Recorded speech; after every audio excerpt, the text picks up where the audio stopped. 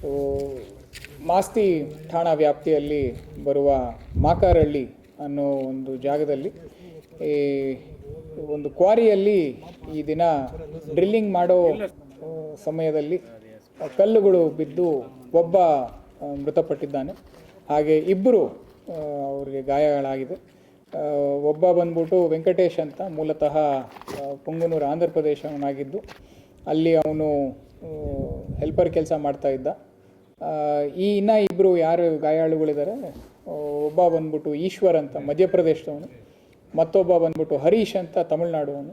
So ಇಷ್ಟು ಜನ ಅಲ್ಲಿ ಬೆಳಿಗ್ಗೆ ಸುಮಾರು 8 ಗಂಟೆ ಅಷ್ಟೊತ್ತಿಗೆ ಡ್ರಿಲ್ಲಿಂಗ್ ಮಾಡೋ ಸಂದರ್ಭದಲ್ಲಿ ಮೇಲ್ಗಡೆಯಿಂದ ಯಾವುದು ಲೂಸ್ ಸ್ಟೋನ್ ಇತ್ತು, ಆ ಲೂಸ್ ಸ್ಟೋನು ಬಿದ್ದು ಡ್ರಿಲ್ಲಿಂಗ್ ಮಷೀನ್ ಮತ್ತು ಇವರು ಸಿಬ್ಬಂದಿಗಳ ಮೇಲೆ ಬಿದ್ದು ಈ ಒಂದು ದುರಂತ ನಡೆದಿದೆ. ಈ ನಿಟ್ಟಿನಲ್ಲೇ ನಾವು ಒಂದು ಪ್ರಕರಣವನ್ನು ದಾಖಲು ಮಾಡ್ಕೊಂಡಿದ್ದೀವಿ. ಅದರ ಇನ್ವೆಸ್ಟಿಗೇಷನನ್ನು ಇನ್ಸ್ಪೆಕ್ಟರ್ ಹಂತದ ಅಧಿಕಾರಿಯವರು ಮುಂದುವರಿಸ್ತಾರೆ. ನಮ್ಮ ಜೊತೆಯಲ್ಲೇ ನಾವು ಮೈನ್ಸ್ ಮತ್ತು ಜಿಯಾಲಜಿ ಅವ್ರಿಗೂ ಒಂದು ನೋಟಿಸನ್ನು ಹೊರಡಿಸಿ ಅವ್ರಿಗೂ ಕೂಡ ಇದ್ರ ಬಗ್ಗೆ ಒಂದು ವರದಿಯನ್ನು ಕೊಡೋದಕ್ಕೆ ಅವ್ರಿಗೂ ತಿಳಿಸಿದ್ದೀವಿ. ಇಲ್ಲ, ಇದರಲ್ಲಿ this was purely a drilling instance. ಇಲ್ಲಿ this was preparation for blasting, it was not blasting. ಇಲ್ಲಿ ಯಾವುದೇ ರೀತಿಯ ಎಕ್ಸ್ಪ್ಲೋಸಿವ್ಸನ್ನು ಬಳಕೆ ಮಾಡಿರೋದಿಲ್ಲ. ಅವರು ಡ್ರಿಲ್ಲಿಂಗ್ ಮಷೀನಲ್ಲಿ ಅವರು ಡ್ರಿಲ್ ಮಾಡ್ತಾ ಇರಬೇಕಾದ್ರೆ ಅದು ಬಿಕಾಸ್ ಆಫ್ ಇನ್ಸ್ಟೇಬಲ್ ಸ್ಟೋನ್ಸ್ ಅದರಿಂದ ಕುಸಿದಿದೆ.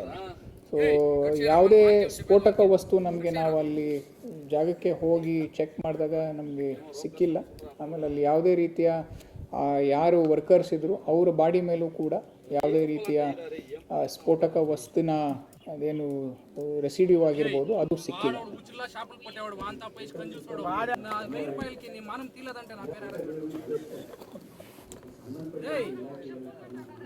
ಅದು ನಾವು ಮತ್ತು ಮೈನ್ಸ್ ಅವರು ಒಟ್ಟಿಗೆನೆ ಖಂಡಿತವಾಗ್ಲೂ ಇವಾಗ ಎಲ್ಲ ಒಂದು ಪ್ರೆಷರ್ಗಳಿಗೆ ವಿಸಿಟ್ ಕೊಟ್ಬಿಟ್ಟು, ಕ್ವಾರಿಗಳಿಗೆ ವಿಸಿಟ್ ಕೊಟ್ಬಿಟ್ಟು ಒಂದು ಕೂಲಂಕಷವಾಗಿ ಇದ್ರ ಬಗ್ಗೆ ಒಂದು ಡ್ರೈವನ್ನು ತೊಗೊಳಕ್ಕೆ ನಾವು ಮತ್ತು ಜಿಲ್ಲಾಧಿಕಾರಿಗಳು ಇಬ್ಬರು ಒಂದು ನಿರ್ಣಯವನ್ನು ತೊಗೊಂಡಿದ್ದೀವಿ.